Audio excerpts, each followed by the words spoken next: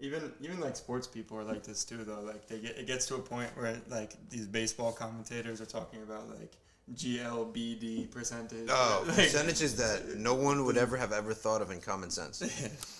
There's only one innovative percentage that makes any sense to me, which is on base percentage. yeah, it's a good stat. Isn't that the only stat that's really worth anything? Because that's hits plus walks plus hit by a pitch, right?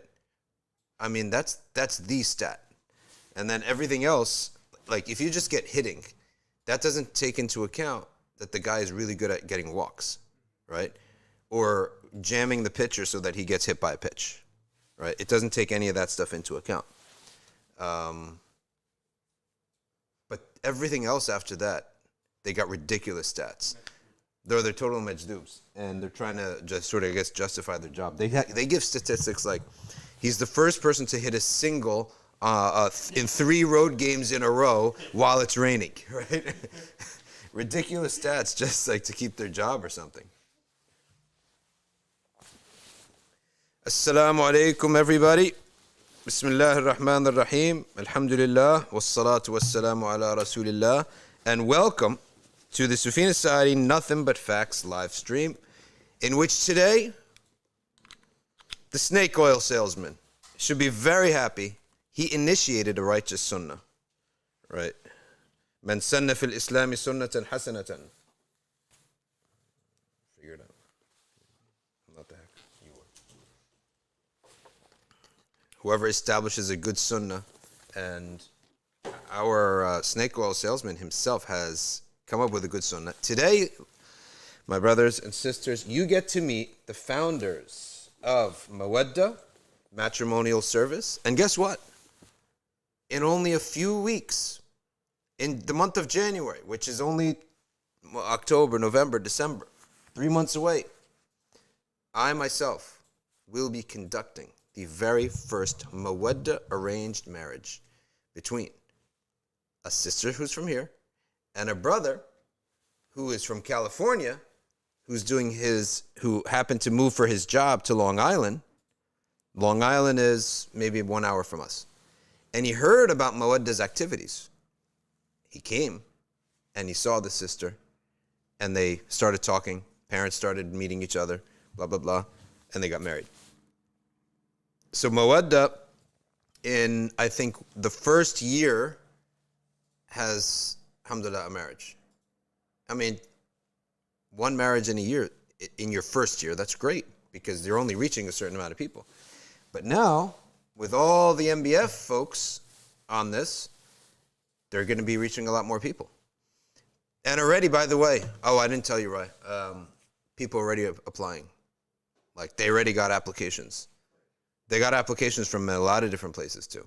Like, from America, from England, right? So, if we see any people walking around with a British accent in the masjid, yeah, we'll know what you're here for. Okay, today, before we get to that, because Hassan's not here yet, before we get to that, we are going to cover, inshallah ta'ala, okay, all right, we are going to cover today another major figure in Islamic history, Tariq Ibn Ziyad. Because I realized that we talked last 2 weeks, about Yusuf ibn Tashfin. The Easterners call him Tashfin. The Westerners call him Tashfin, whatever you want to call it. I like Tashfin, right? Tashfin sounds a bit weird to me. But Yusuf ibn Tashfin is the first person who really saved, by the permission of Allah, Islam in Al-Andalus. But we never talked about who brought Islam to the Andalus in the first place. Huh? Sofas are gone already, mashallah, excellent. Alhamdulillah. So, this person is Tariq Ibn Ziyad. And there are 4 characters in this movie. Well, 5. There are 5 characters in this movie. Okay? The first character is Musa ibn Nusayr. Musa ibn Nusayr is a tabi'i, if I'm not mistaken, or a tabi'i. I'm pretty sure he's a tabi'i. He's the governor of Ifriqiya in the name of the Umayyads. He is ruling for the Umayyads. Okay? He's the governor of Ifriqiya. Ifriqiya is not Africa as we would understand it as like sub-Saharan Africa, but rather the Arab term for Ifriqiya referred to Tunisia and all the lands around it. So Tunisia, and if you look in the Roman history, it's Carthage, right? Carthage is the center of North Africa at that time. It's not Egypt, it's not Cairo. Of course, Egypt is massive, right? But Alexandria is the main city of Egypt. When people say Egypt, they mean Alexandria. There's no mention of Cairo. There's no Cairo yet at this point. Tunis, Al-Qayrawan, is the main piece in North Africa. So Musa ibn Nusayr is the first name that you need to know. He's the one who took the Umayyad armies into North Africa and they swept across. Now there was a stronghold in Ceuta. What is Ceuta? Ceuta is at the tip there of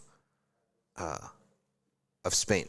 So they stopped there because there was a strong Roman outpost there, and they didn't bother to pass the Mediterranean Sea and go up into Spain. They just stopped there. Okay. What years are we talking about? The 700s. Talking about the 700s here. Now, what else happens? Everything is fine. The Roman Visigothic people, who are a mixture, they're pagan. The rulers are pagan, and the minority is Christian. At that point in Spain, they're doing their thing, and the Muslims are doing their thing in Morocco, from Morocco down over. Until character number 2 gets involved. Who is that character? Roderick is the new king of Spain. The previous king dies, and Roderick takes over.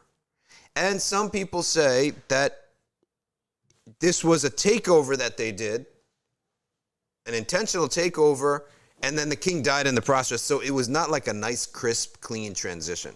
It was a nasty transition. But Roderick is now the king of Spain. All right. Still, no big deal. Nothing's changing in the status quo.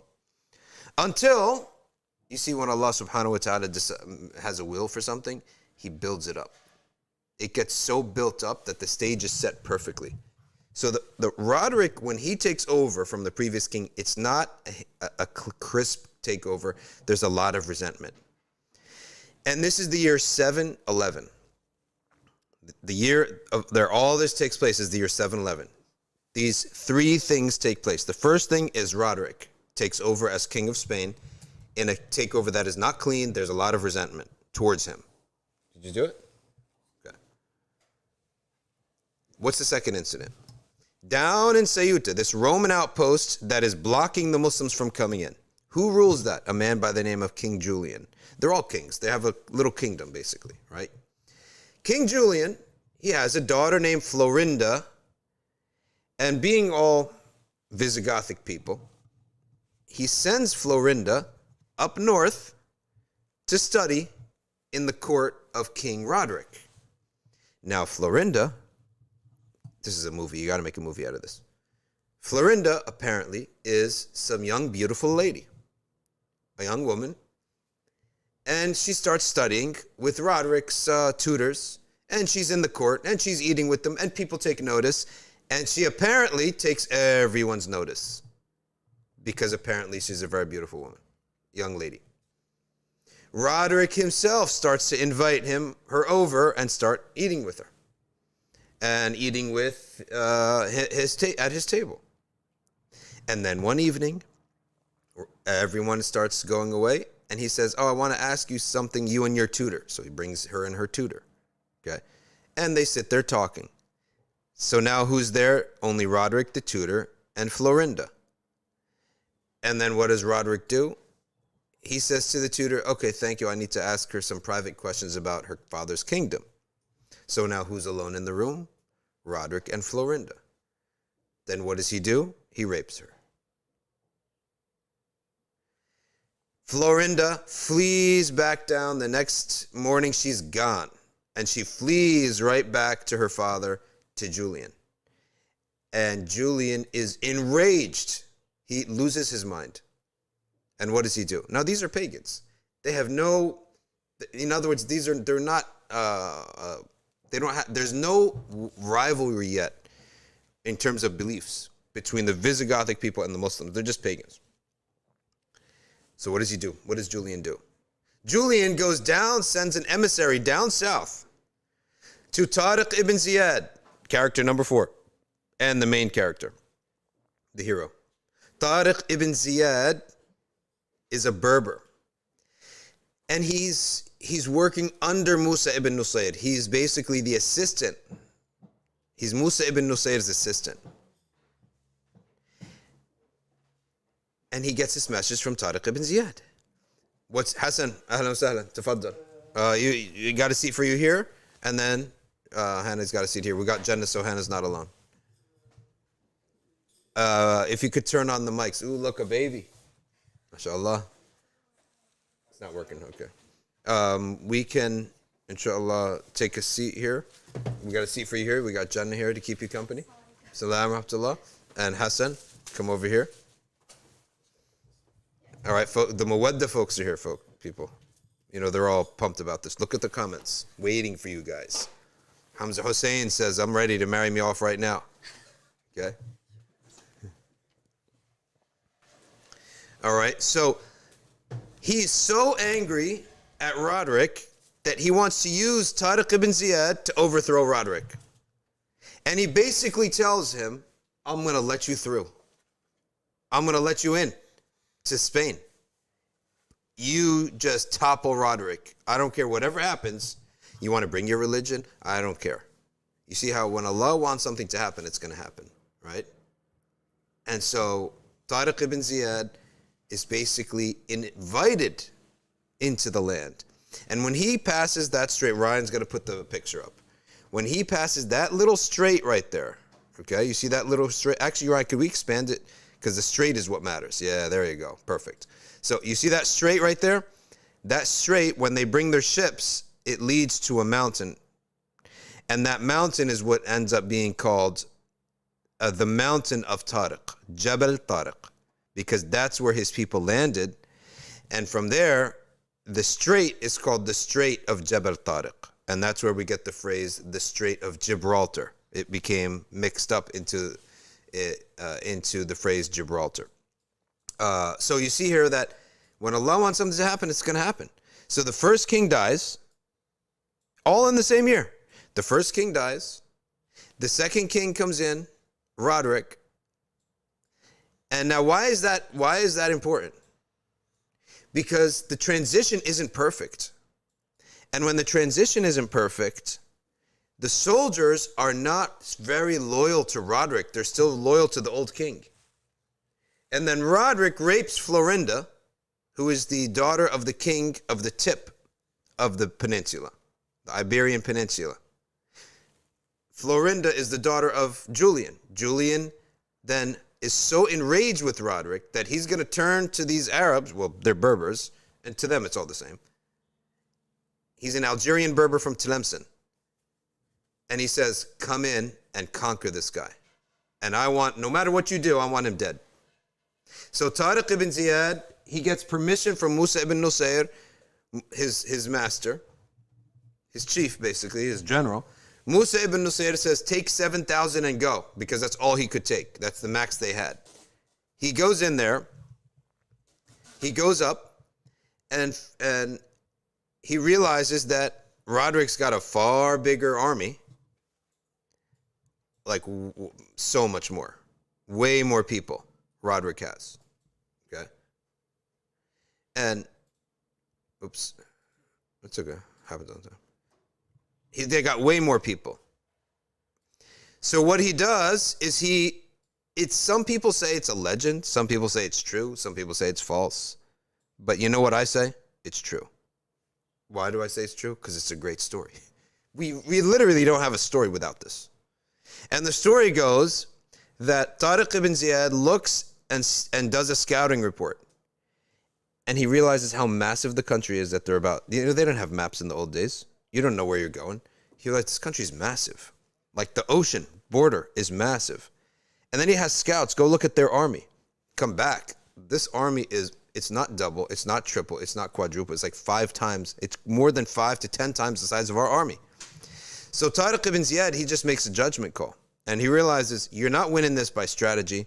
You're not winning this by numbers. You're not winning this by anything. You're only winning this by a power of faith. And these people were geniuses. Sometimes we think that persuasion and marketing was just like from us, right? Like the new generation knows it. No. He realized that the only way to capture these people is by a stirring speech and a domineering visual. So what he does is, in the quiet morning, he has all the people line all the ships next to him, empty them out, all the resources they have on the ships. Then he stands up when the sun rises up, okay?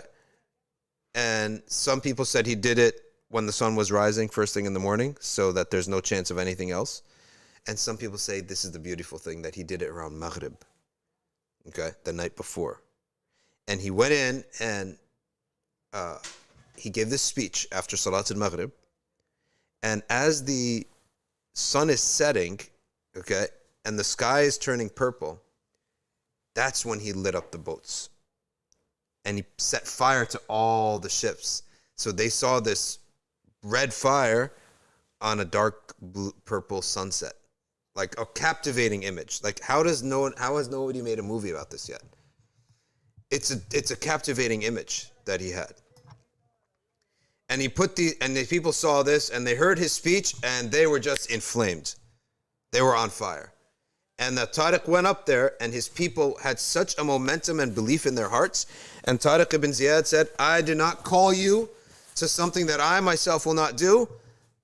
So he announced, I'll be fighting in the front of the army. Like usually the king stands in the back, but he wasn't a king. He was a mawla, like just a lower level soldier, assistant. I mean, right? And then he came up in the ranks. So he knows what it is, what it's like to be at the ground level. When you see your leaders out there in front, it's an amazing motivator. When you see your kings all the way in the back, you're like, wait a second, I'm fighting so that he's going to take the spoils of war. He's going to take everything. I'm fighting for him. You can only do that when you're as powerful as the Roman army, right? When you're so massive that it's not even right for the king to be killed. Sayyidina Ali said this. He said, Omar, you no longer go out to fight. You stay home, right? Because if you go down, the whole empire goes down with it. So Sayyidina Ali said that. So there is a justification for that.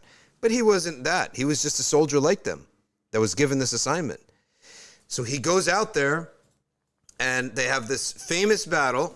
They face Roderick, okay, and the famous battle at Guadalete. Now, anytime in the Spanish language that you see Guad, like Guadalupe, Guadalquivir, all these Guads, it derives from the Arabic wadi. The word wadi is a valley. So anytime there's a dip or a valley in the geography, the Spanish will call it Guade whatever, Guadalquivir or Guadalupe, right? Or anytime that so Guadalupe is Wadi al-Ubba, the valley of the dome. Wadi al-Qubba in Arabic. So some of the Arabic remained. So Guadalete, what is called now Guadalete, and is now called Sidonia. The area in Spain is called Sidonia. That's where they met. And the method which Tariq ibn Ziyad used is to divide his troop up into 4. Right? Divide the troop up into 4, then give them, each one of them, each general, he was a general of one, and he put 3 other generals in charge of 4 different companies, 4 different groups. And he told each of them, derive your own strategy. Right? Derive your own strategy. And like you go on the east side, but derive your own strategy. I'm going to take the south, I got my own strategy. Left, west side, and north side. So that he divided them up, but there's no unified strategy. So that means that the Visigothic army has to come up with 4 different strategies. Right? They got to fight 4 different heads. And that means like, so how's that guy going to do that? By the time you do that, the fight's half over. By the time you think. So when you have a small army, you have to outsmart your people. right? And sometimes, as there's a saying that says, he may be the more powerful one, but you be the better actor. So sometimes you have to act like you've, and he did this a lot of times. Khalid bin Walid, he put on shows. Like literally, it's acting. When you fight, you have to act sometimes. Like, how did he do this? He would tell the people, said Umar, send more uniforms, like shields, helmets. I don't want men. I just want shields and helmets, right? And then he would have people sit there polishing them. And then he would tell half the army, in the middle of the battle, I want you to go off and just change your uniform. So you come up with this shiny helmet. Now you run back into battle. It looks like a new group has come in. And they're like, oh man, new fresh legs, like fresh reinforcements. So it demoralizes the other group. It also changes the psyche. When you're this bloody uniform, you feel like, oh, this is a long battle, blah, blah, blah. But when you change and you look crisp and you got, it reinvigorates. Another thing that Khalid bin Walid did, the night before the battle, he had every single soldier go across and light a little fire. So that from the far away, it looks like the army is so massive that there's all these fires. The encampment is so huge. And then he would have them make noise, like make a lot of noise to sound like you are a huge group. It's Hollywood. He even enlisted, this is how smart he was resourceful. When you're not powerful, you have to be resourceful. He enlisted the women and kids. And he said, as we march, spread around and kick up dust. Like cover your faces and kick up dust. So that we may be this many people, but the dust that we're kicking up is this much. So people would think that we're this much. So all this acting you had to do. And this is what he did was break everything up, force them to come up with three different strategies. And by them and the generals not coming up with one strategy, it allowed each general to really feel that he had ownership over this. Because if I'm telling you, for example, that we're going in there and we're going to give up our lives, but I give you no say in it, right? You have no say. How is that fair? So he gave those generals, you come up with your own strategy, right?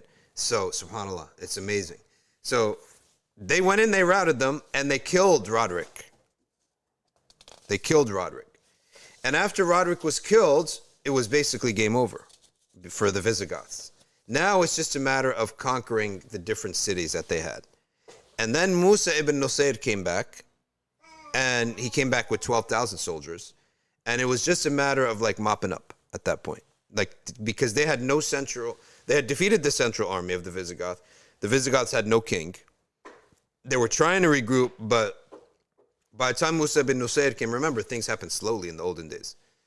By the time Musa ibn Nusayr came, there was no real way for them to regroup and stop this wave of the Muslims coming up. And then, interestingly, there are human elements to this. People aren't static. People aren't, like, humans are humans. So the first thing is that Musa ibn Nusayr got worried. When you send, it's just like, subhanAllah, Salahuddin and Nuruddin. Nuruddin is the king. He sends Salahuddin. Salahuddin's just part of the army to go clean up some business in Egypt. Salahuddin ends up being the ruler of Egypt, right? Well, Tariq Ibn Ziyad is basically like the servant. He's like the assistant to Musa ibn Nusayr. And he ends up conquering this gorgeous country because the climate there was much better. It was nicer climate then. It was less desert. So he's like wrote him a strict letter reminding him of who he is, right? And this is not uncommon. Khalid bin Walid himself, these are Sahaba now, had immense conquests. Sayyidina Umar wrote him a strict letter, removed him from his post. Because when the assistant makes massive strides, there's always a threat of shaitan getting in his head and saying basically now, wait a second, break away. Do your own thing. So Sayyidina Umar, he disciplined, we can say. He put discipline on it and he closed the door of shaitan by removing Khalid bin Walid from the army. After you conquered this massive conquest, right, pull him back. The central authority has to be strong. Likewise, Musa ibn Nusayr writes Tariq ibn Ziyad a very strict letter. Remember your place. But this, remember your place and discipline and close that door, shaitan, it goes back up. The Umayyad Khalifa himself, recalls both of them. Both of them. You're done. Come back to Damascus. So Tariq ibn Ziyad and Musa ibn Nusayr get called back in Damascus. They get told, you're on a salary now, just live, get fat, and do nothing in Damascus, right? Because basically they didn't want breakaways. We'll send our guy in here. In the CIA and the FBI, they say, thank you so much for everything, we'll take it from here, right? That's what they say. And that means basically you're out of this picture because we don't want you getting too much power. There is an aspect of that that's true. For your soul, you can get drunk on power, okay? You can get drunk on power. So that's the important piece of history of how Tariq Ibn Ziyad and how the Muslims got into Hispania, and then they ruled there, the Umayyads ruled there for about 400 years. Then things collapsed, and then the Murabitun came in, and they cleaned it all up and unified it. Okay? All right. We are finished with segment number 1 of our live stream. Segment number 1 is over. You all hear that there's a baby here. Before we get to that, right, let's post up about today's classes on arkview.org. You got to be part of Arkview because people are learning so much from Arkview. Okay, today we got 2 classes. One is fiqh and one is tasawwuf, both part of Arkview Basic. Okay, and our first class, which is going to be basically, well, this is the second class. The picture that we're about to put up is the second class is tasawwuf, the essence of tasawwuf, which is at 7 p.m., in which we read from the textbook of Al-Habib Omar. Here's the book. Okay, and who better to learn this subject from than someone who's not only, it's not a theory, his real book is his students. That's the sign of a real sheikh, is his real book is his students, and this is the book. It's a short book. This is the English and the Arabic, in which he covers the fundamentals of this path taken from the Salaf themselves, okay, taken from the early Muslims themselves and what they considered to be tasawwuf, relying upon verses and hadiths of the book and the sunnah. So you sign up at arkview.org. If you can't take fiqh live, well, you got the recordings. And then watch and listen to the recordings over and over and over and over and over. So go to arkview.org. You sign up, you're going to get over 40 pre-recorded courses. And all the classes are recorded. So you can follow a curriculum at your own pace. That's the whole idea. All right? And anyone out there who is a Hanbali, I think we may be the first and only institution that offers all 4 madhabs in the United States and England this semester. Mondays for Hanafites, Tuesdays for Malikis, Wednesday for Shafi'is, and today, Thursday, Al-Hanabila. Out of England, the class is at 6 o'clock. Okay? Go to myarkview.org, and if you are Hanbali, spread this out. If you want to become a Hanbali, well, why not? We need Hanabila, okay, out there. And this class has about maybe 10 students in it. All right? So if you're able to take these classes, do it. $10 a month, you get all these classes, which is essentially free. It's like a free community service. It's just $10 a month. All right, so that is segment numero dos. We are finally getting to the segment you've all been waiting for. All right, so pull up the mic, and Rai, turn on the mics, please. Now, the mic has to be literally less than 2 fingers away from you in order to hear, okay? And Hassan's got his mic on, so we got 3 mics on, and Ryan, all the mics are on, I guess, Ryan, right? All the mics are on. And we got, let's go to the live, because I want to see people's comments. This whole thing was initiated by Abu Snake Juice. That's his name, all right? Is a brother, his name is Abu Snake Juice, okay? Why can't I see the comments on this bad boy? I need to see the comments. We're all about comment section here. Hey, Ryan, I'm going to need you to read me the Instagram comments. Or anyone got Instagram up? Is your Instagram up? Anyone? You'll see them coming like this. Okay, good. Where are the comments? Why can't I see the comments here? They're there. Yeah, but on my iPad, John, get it so I can see the comments, please. I got my resident hacker on my left and our two guests, and we have a baby. All right. By the way, you got applications, right? Say yes. Applications. Yeah, new applications. There's a lot of people told me that they applied. Sunny 700 is Arkview accessible from the UK?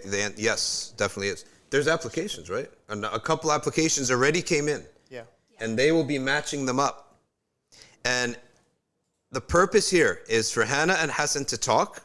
You guys ask the questions that you want to ask about this. Now, we're going to go on one mic, unless, Rai, you want to turn so Hassan could be shown here? On the camera? Nah, his voice is good. His voice is good? Okay, well, just to show them, he has a big beard. There's no funny business here, right? All right, who wants to go first? Why don't you go first? Whose idea was this, by the way? And they both pointed at each other. Look at this. Such mawadda going here on here, mashallah. All right, Hannah, you go first. Salam. I feel like it was already an idea that was at NBC. Okay. You guys already had a program that was, its purpose was to help connect people for the purpose of marriage. Good. But I guess maybe there weren't enough resources Yeah. to dedicate doing more events. I remember you guys used to have like Ramadan iftars for like singles. Yeah. But I just thought it would be a better idea to have more throughout the year so that in case people couldn't make it, there's more opportunity for people to meet. Hold up, pause. There's Say something again? I can't hear. Oh, What happened? Is the mic I not think on? the mic's not plugged in. It's not plugged in? Pull Yeah. that. Jenna, is that- oh, this? No, it should be this one right here. Wait, no.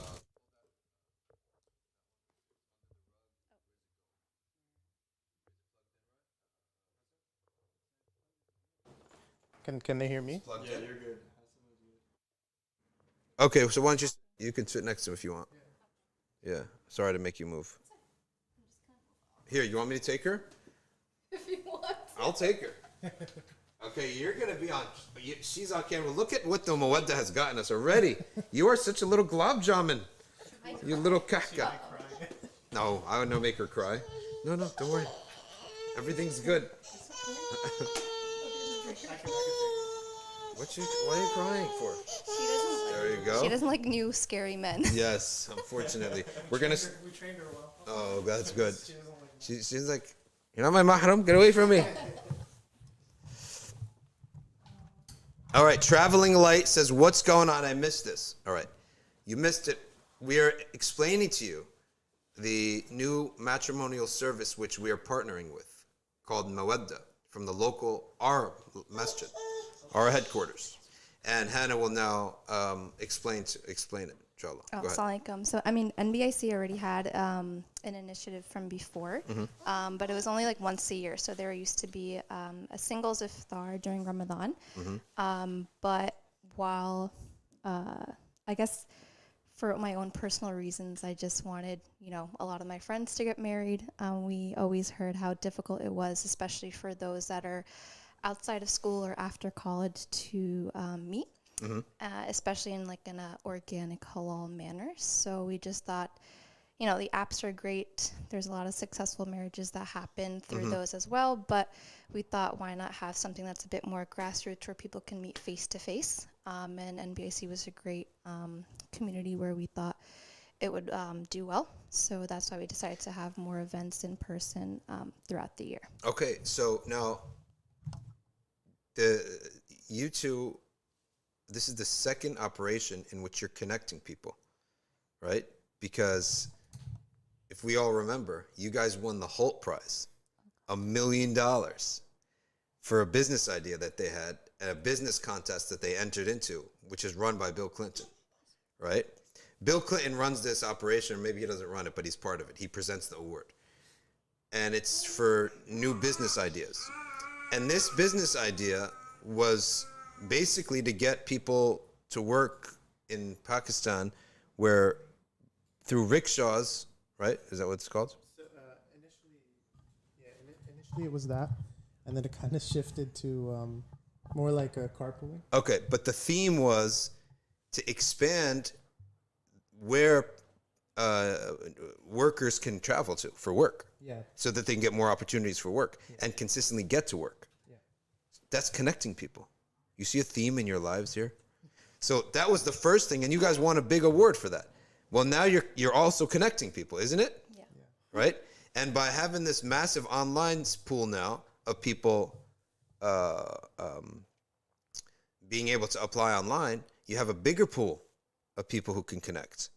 All right. So what Hannah says that they have these programs. Now, elaborate for us on the nature of, for the onliners, the nature of how the process works, because and eliminate for us what it's not and why you eliminated certain ideas and why you chose certain ideas. To give an example, like you don't scroll through pictures like Tinder on this thing. Okay, so explain to us why you eliminated some ideas and why you kept some ideas. I guess because it's just like Hassan and I running it, so we don't have like a whole, team or. So you want to make it simple as possible. Yeah, I guess it's simple, Yeah. something that we can manage on our own. But I guess the way Mawadda runs is it's twofold. So we have anyone that wants to register for Mawadda, you have to submit your own profile. So there's a Google Forms, and you let us know a little bit about yourself, your spirituality, about your maybe a little bit about your career and what you do and your interests, hobbies, and then you also have a separate part of the form that asks what you're interested in, or like your potential spouse that you would be interested in, what that person would look like, who they would be, what you would ideally like their interests, hobbies, spirituality to look like as well.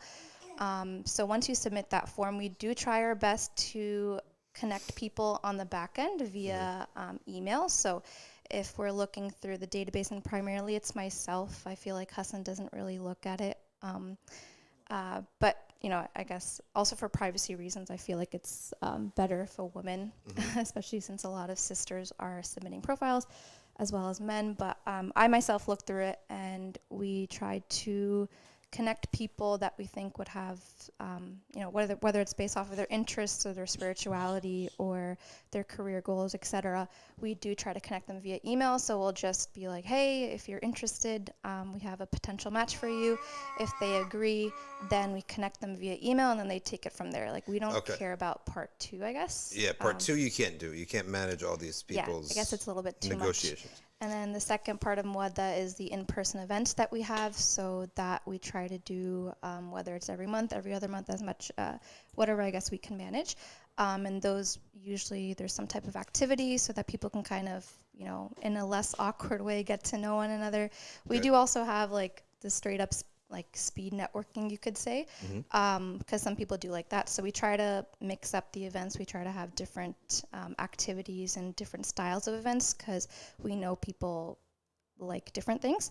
And then that way people can meet one another. We encourage them to kind of exchange information in person. If they don't feel comfortable, then we will connect them via email after the event.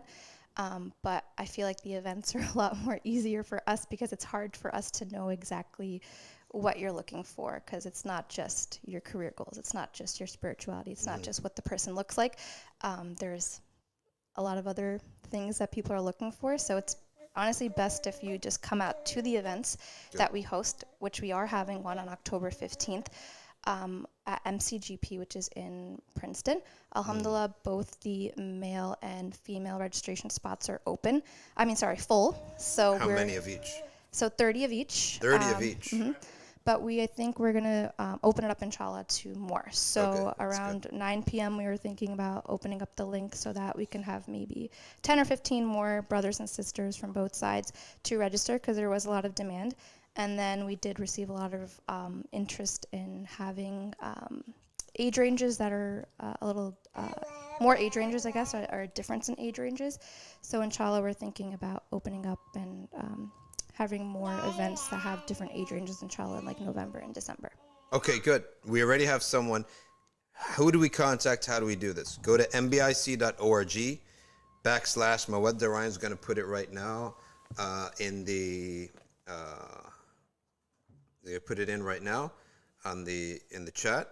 Now, let me ask you, what makes Give me an example of a bad application, like an application that you can't work with.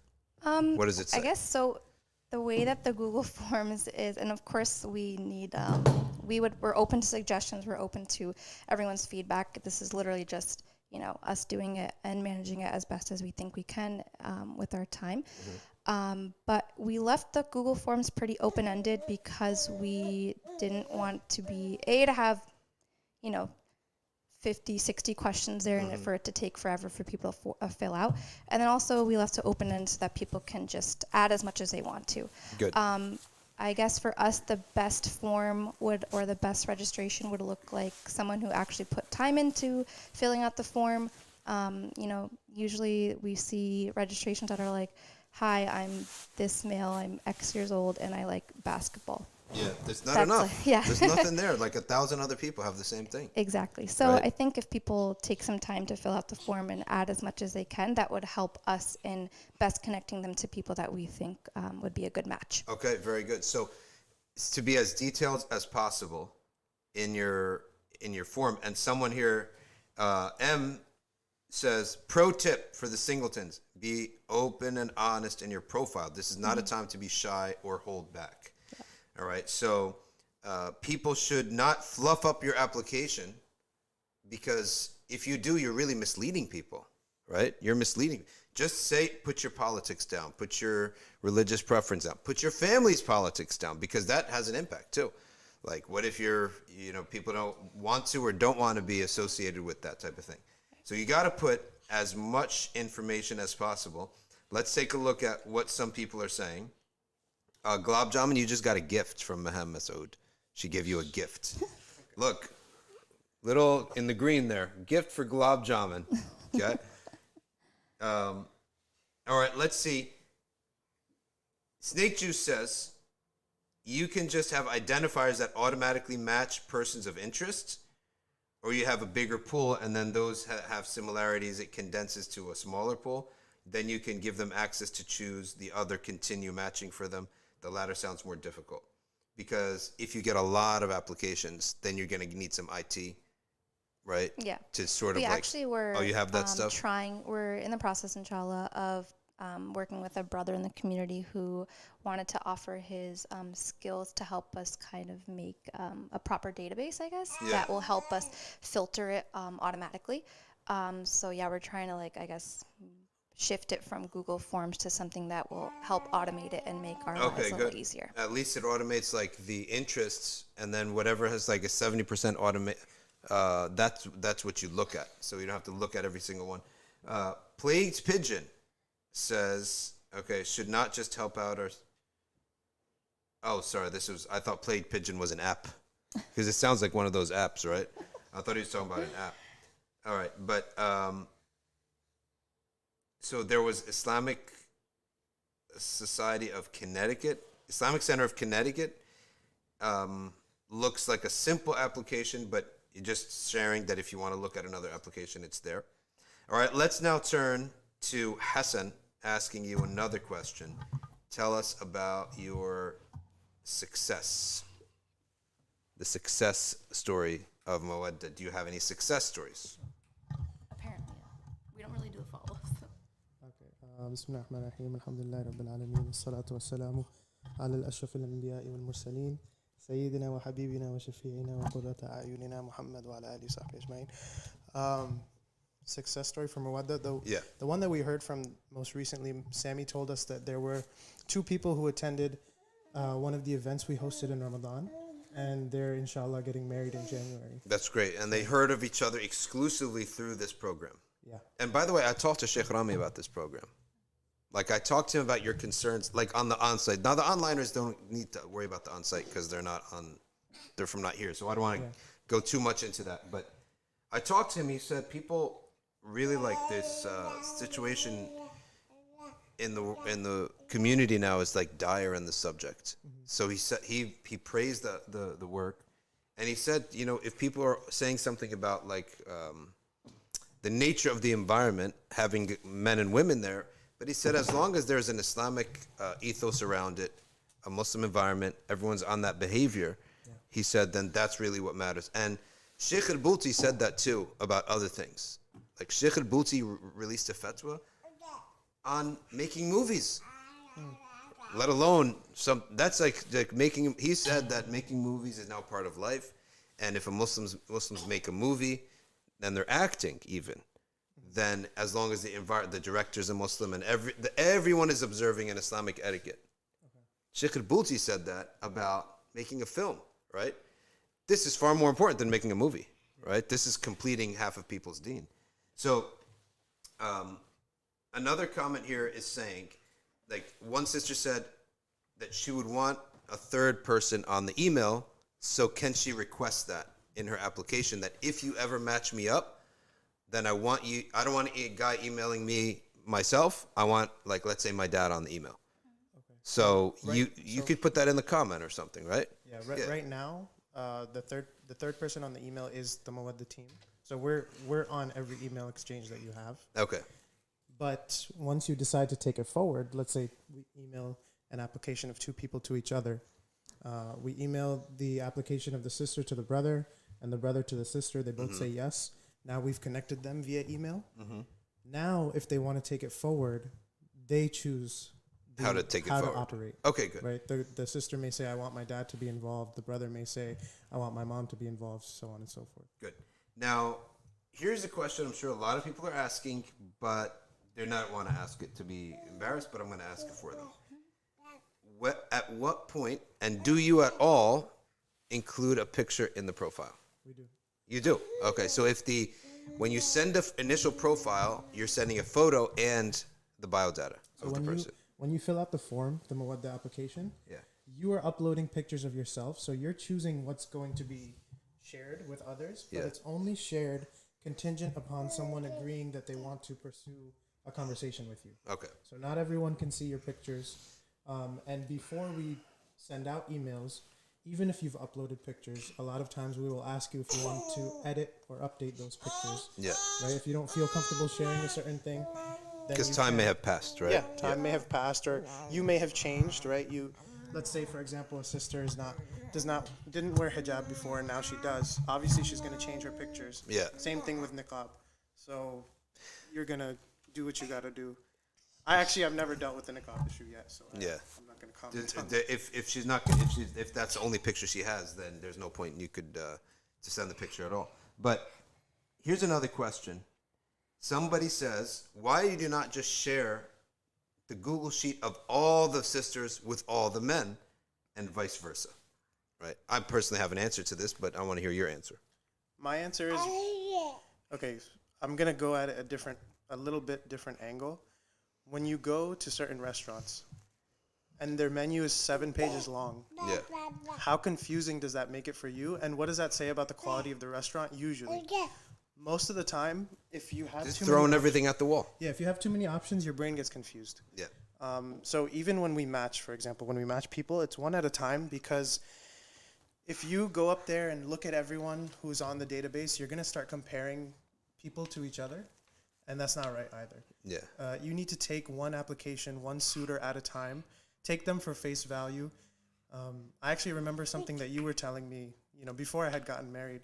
You were explaining to me and some of the other brothers, specifically in regards to looks, for example, right? Even if, like if their pictures were displayed or something of that nature, if someone is, you have like some sort of internal rating system in your head, and you say, this person's a 7 and that person's an 8 and whatever, it becomes very problematic for you, right? Because beauty should not be something that you are being comparative with others about.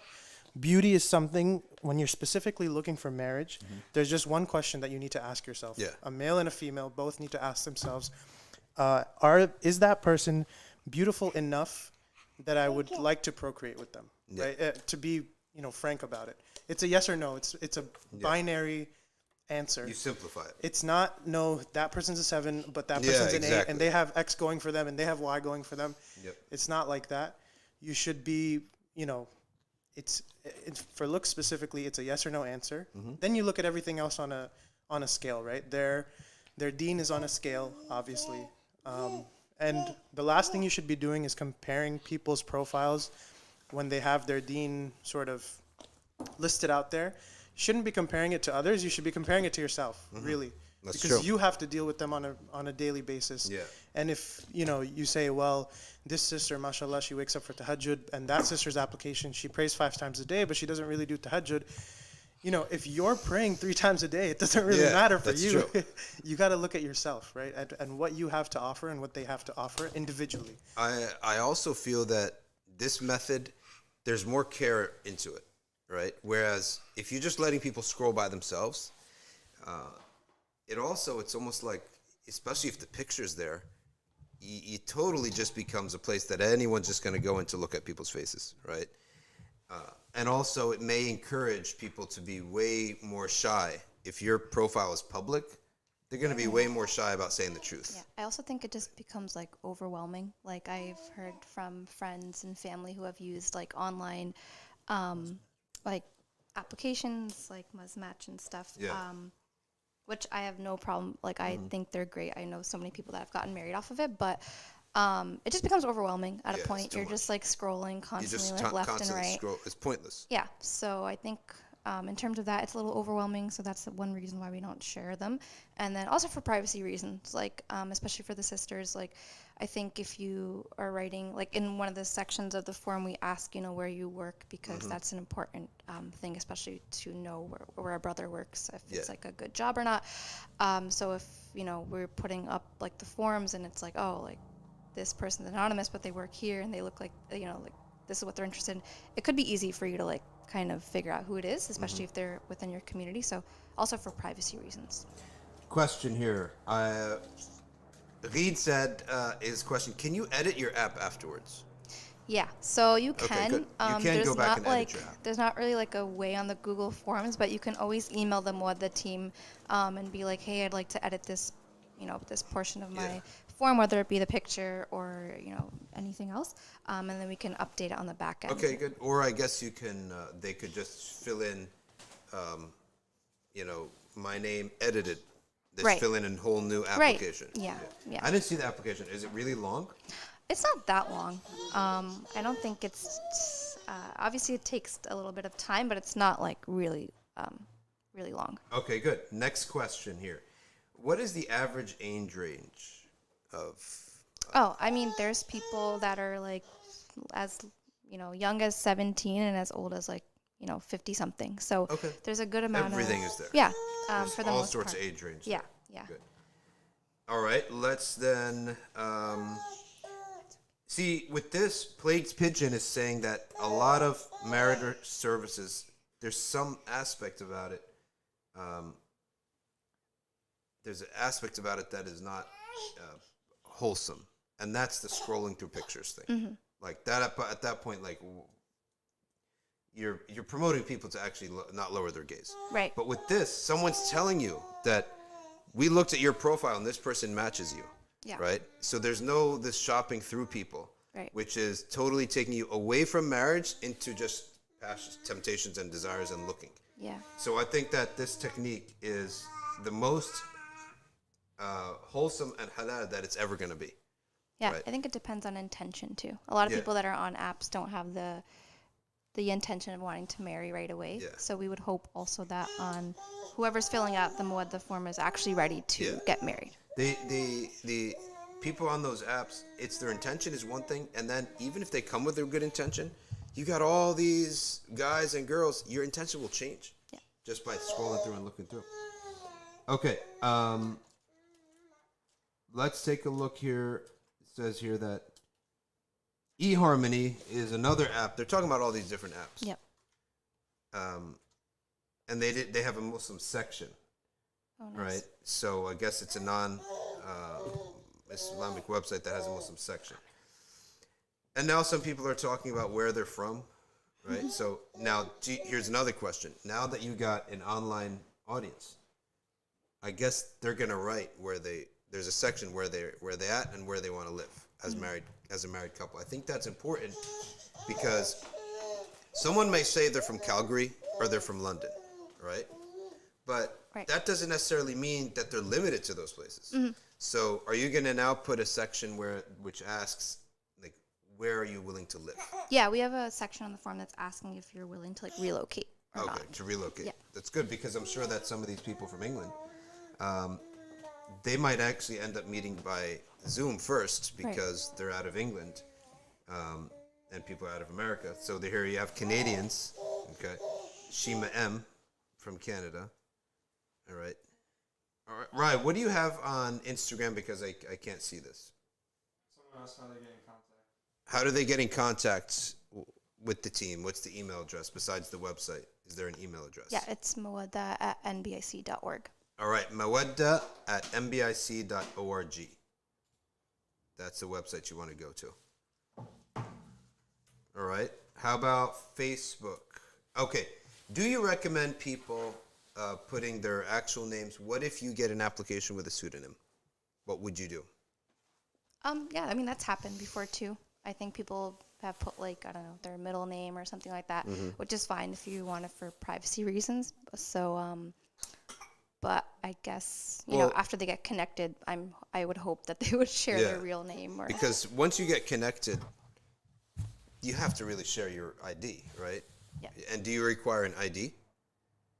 Like a photo. Because there could be a complete catfishing operation. Yeah, I mean, we've had an experience before where we had to add like something about, you know, like a criminal background, let's say. So, yeah. Yes, I remember that. Yeah, so. That guy did more publicity for Mawadda than probably this number 2 after this. Yeah.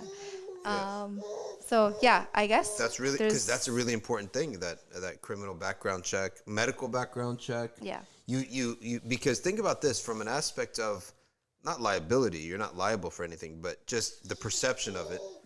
A guy lies on these things and he's got like 5 STDs. And he lied about it. He just didn't disclose it. Then he's dealing with that sister. So those sisters also have to be savvy about, you know, what to ask about. Because some people really are naive.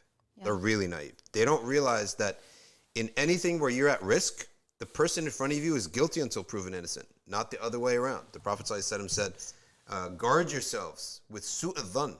So when I have an interest and I'm vulnerable, I'm opening up a vulnerability for myself. Then you're all guilty until proven innocent. Like what? Someone applying for a job, to be your roommate, to be your husband or wife. So as a suggestion, there may be a nice guide, right, that you could send with the email to the person that if you're going to go about this and to talk to this person, you really need to ask these situations. Because you don't ask people if you've committed sins. You're not allowed to ask that. But if you have an STD, then you could transmit that to me. Yeah.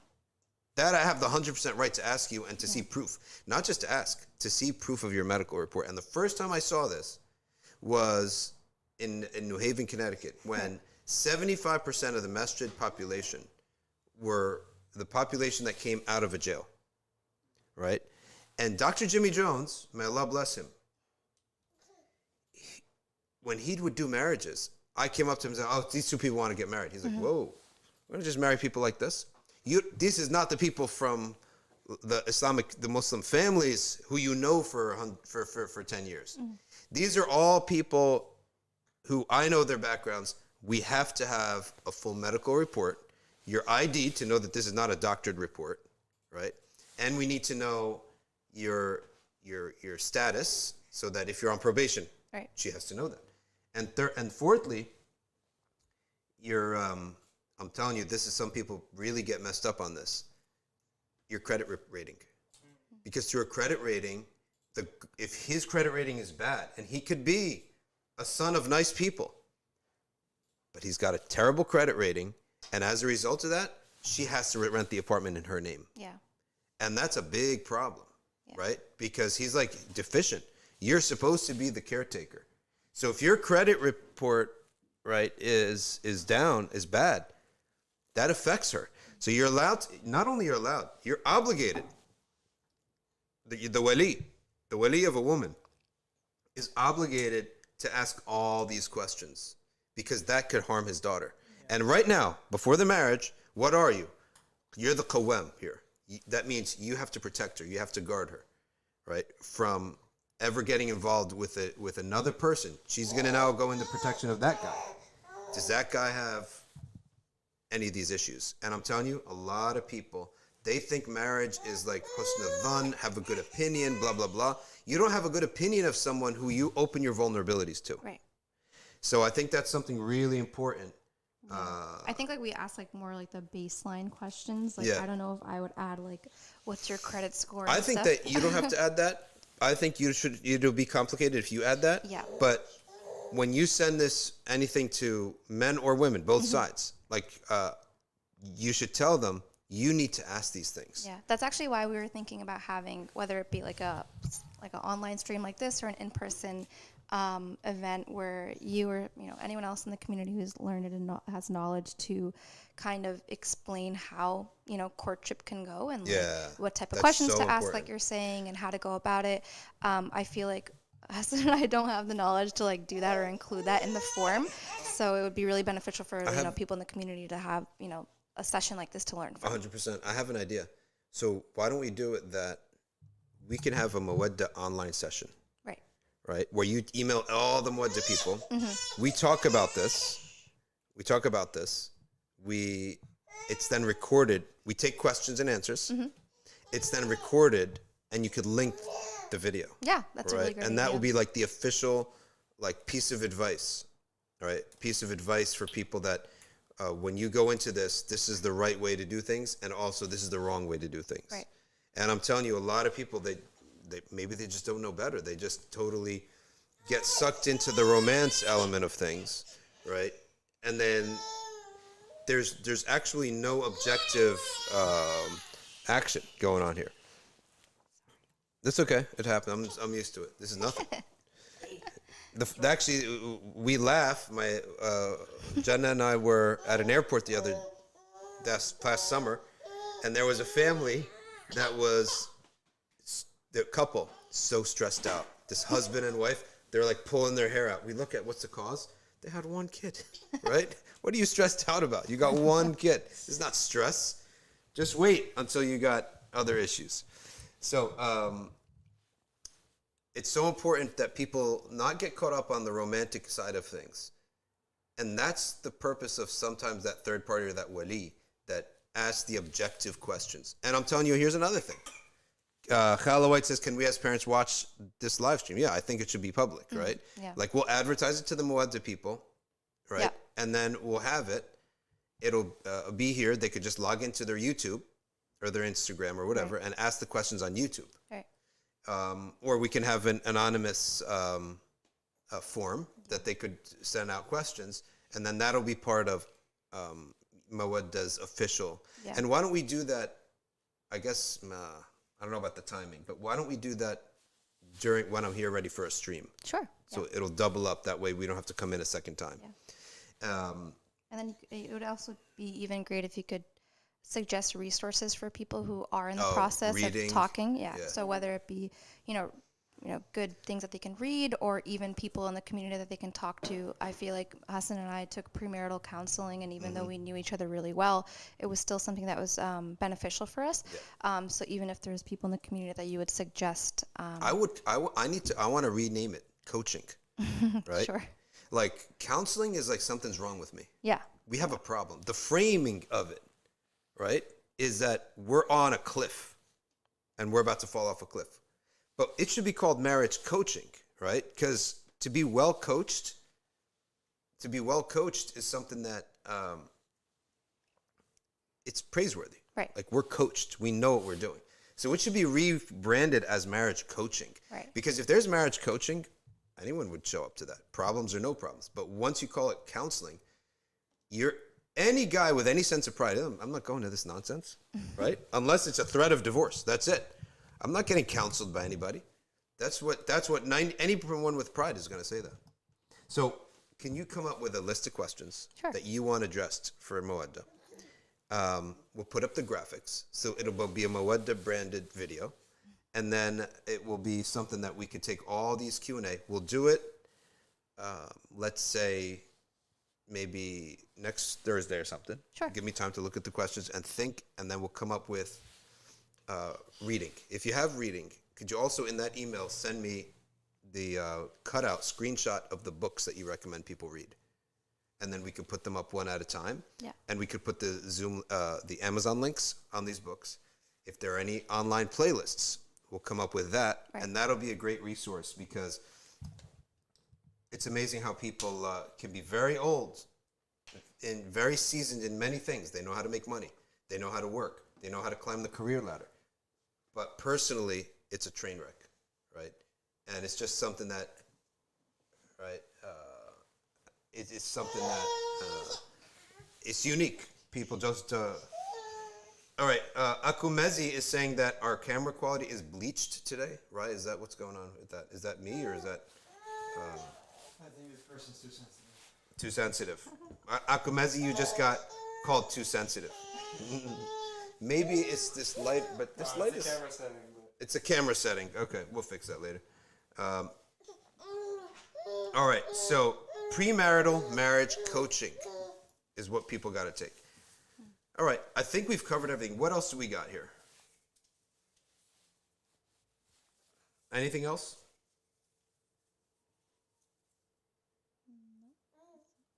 All right, so that's it for today.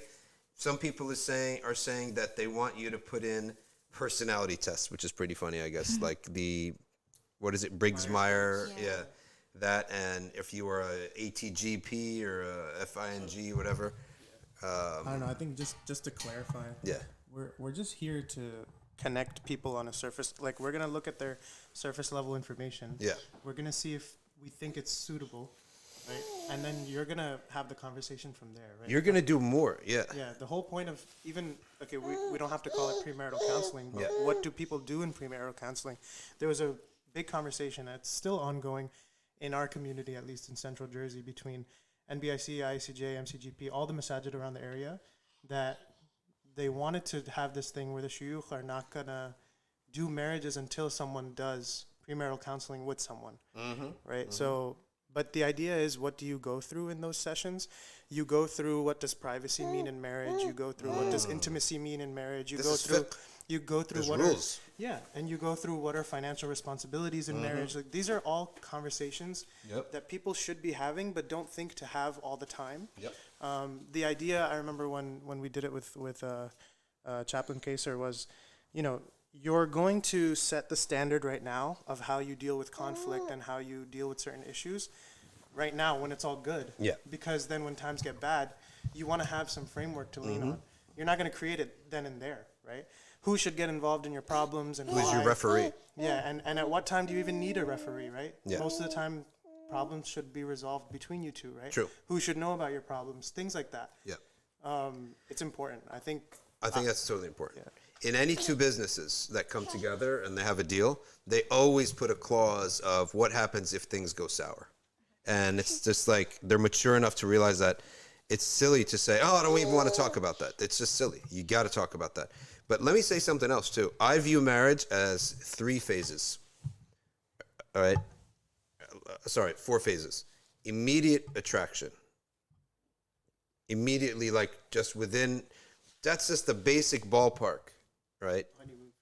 No, like immediate, like before, no, but not marriage. Getting married, right? Immediate attraction, like you see. I'm saying, for example, age is the same, look is similar, right? Like, so someone could have a lot of politics and religion and geography and social class and ethnicity the same, but if there's 15 years apart, right, it's dead on arrival. So immediate attraction is simply to say, would I ever even consider this person, right? So it's the broadest range. Would I ever even, it's a snapshot. Yeah. The second phase is vision of life. Do we share a vision of life? And that is, what are the 3 or 4 things that are absolutely non-negotiable, right? Like, for example, we follow Ahl Sunnah. That's a non-negotiable, right?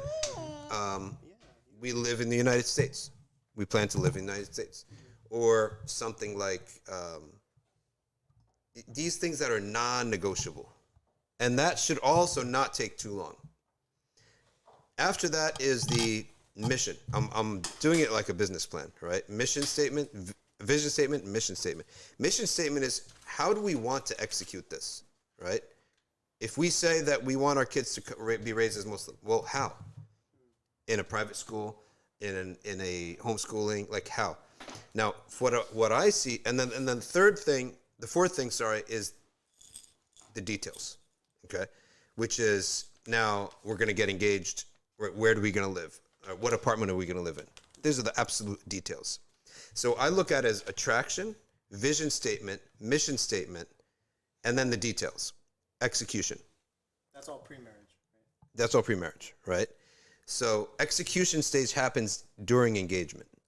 If you have attraction and your vision of life and religion is the same, and the mission statement is how to execute the vision, which can be negotiated, right? We can negotiate that. We can discuss that. Then we come to an agreement on those things. Then you get engaged, and then you fulfill the details.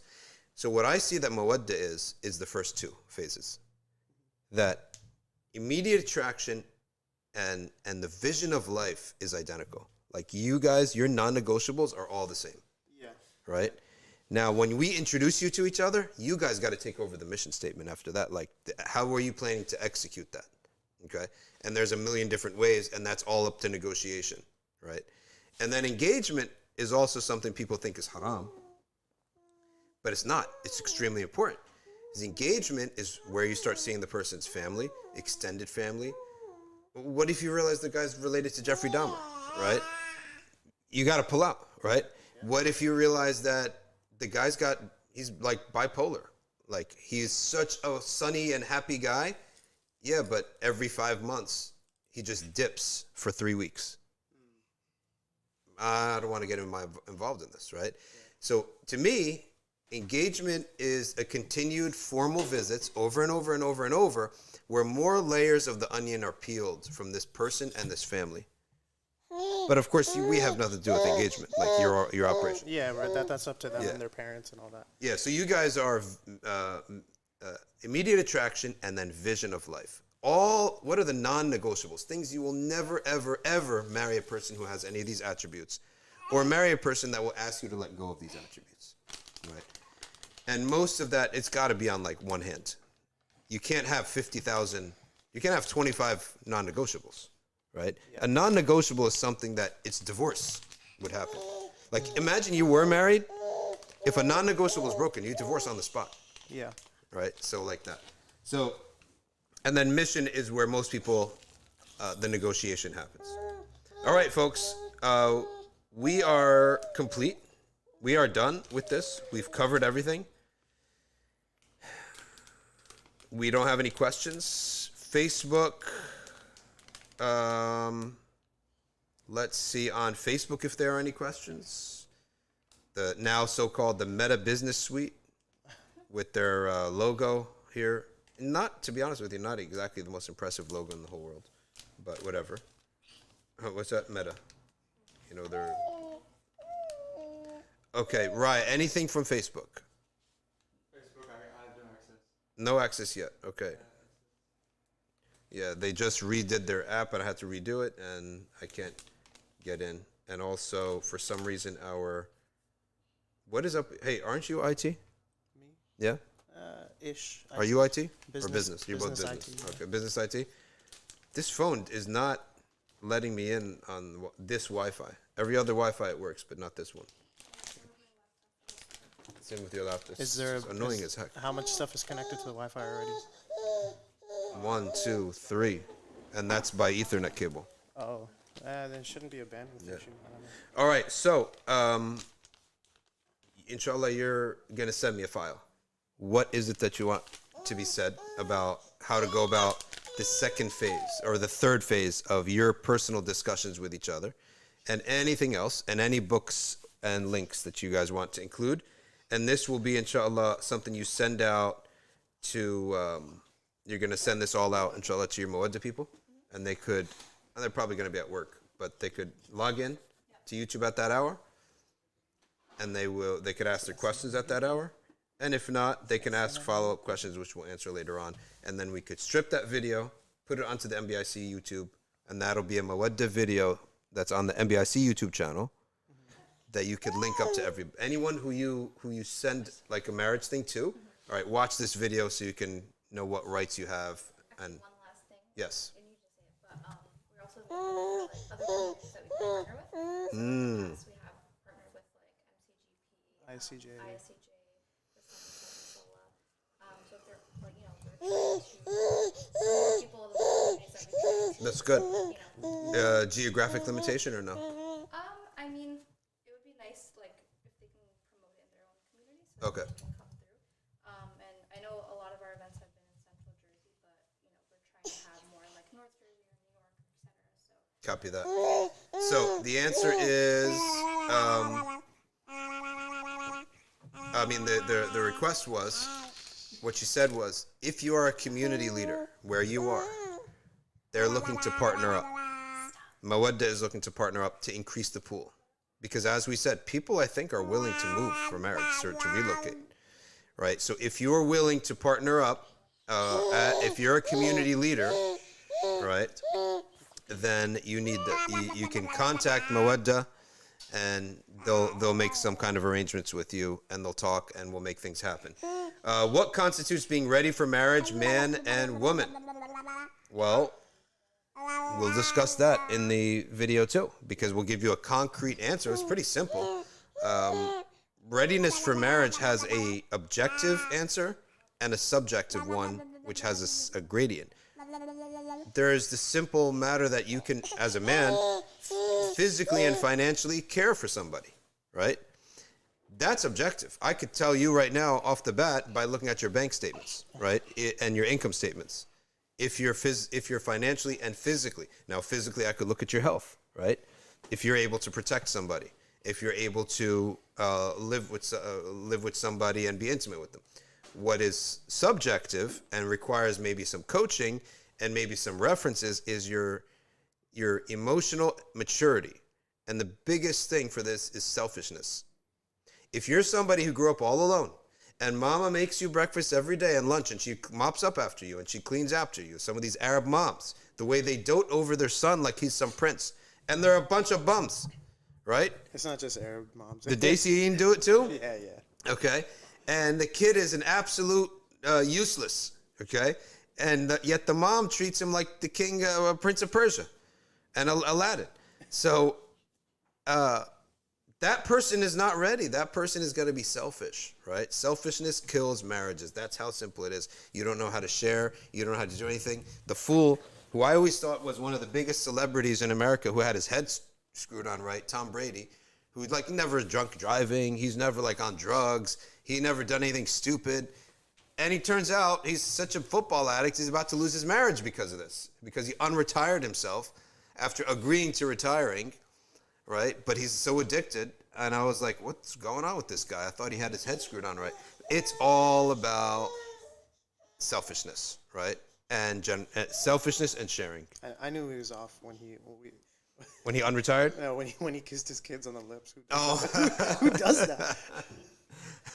I cannot believe this guy is trading in one season where, by the way, you're all injured. You're probably going to have a losing season, right? Unless he just digs down and disproves everybody, but he's going to have a losing season, right? And you're going to trade away your kids' emotional stability, your whole life. Divorce is one of the worst things in the world. Muslim and not Muslim, who cares? Dr. But, Shadi, yes. I have to say, Waleed is listening, and he said it hit him hard when he said Prince of Persia. Oh, yes. The people getting. By the way, Waleed is the official Prince of Persia with a capital P and two capital P's. And Waleed, now that he brought himself up, he truly is Prince of Persia. You think that he came out of a movie of Narnia or something, where he's Prince of Persia, and he's out there working. Well, I'm not going to say more details, but he's out northwest. He's here now, though. Oh, he's here for visiting only? For a visit only. But he's not moving back, right? Okay, he's here for a visit. He's a very eligible bachelor, okay? This guy, mashallah, he's got a great job out northwest United States, and he's going to try to come back to New Jersey. But he's a very eligible bachelor. He's he's originally Persian, but Pakistani also mixed into his cultural heritage, so the Dacian can apply. Right? How old is Prince of Persia? He's like 22, right? Is he open to marry non-Arabs? Sure he is. I mean, non-Dacian? I'm sure he is, right? What else? I think Prince of Persia, I'm going to fill out an application for him, right? Prince of Persia. So, all right, folks, thank you all very much. Jazakumullahu khairan. Subhanakallahumma wa bihamdik. Nashhadu an la ilaha illa anta.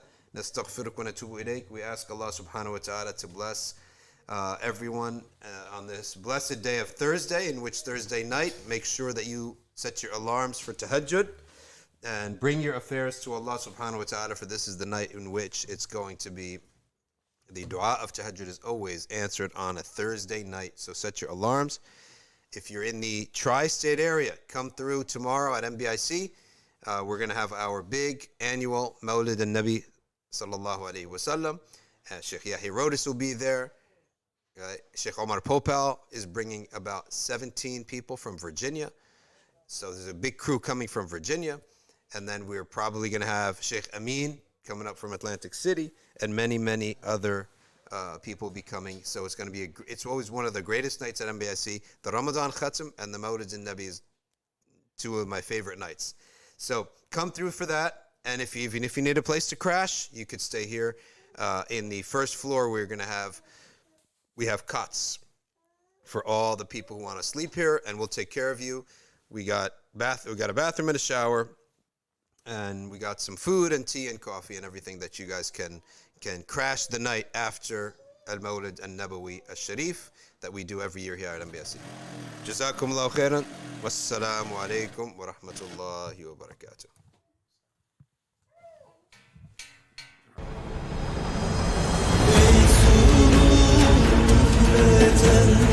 Aşkınla arasında yıldızlar kadar zikredin. Uzlat şarabından için şu canı aşkla versinler.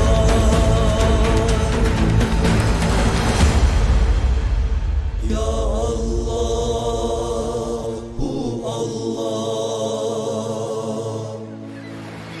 kalbe şifa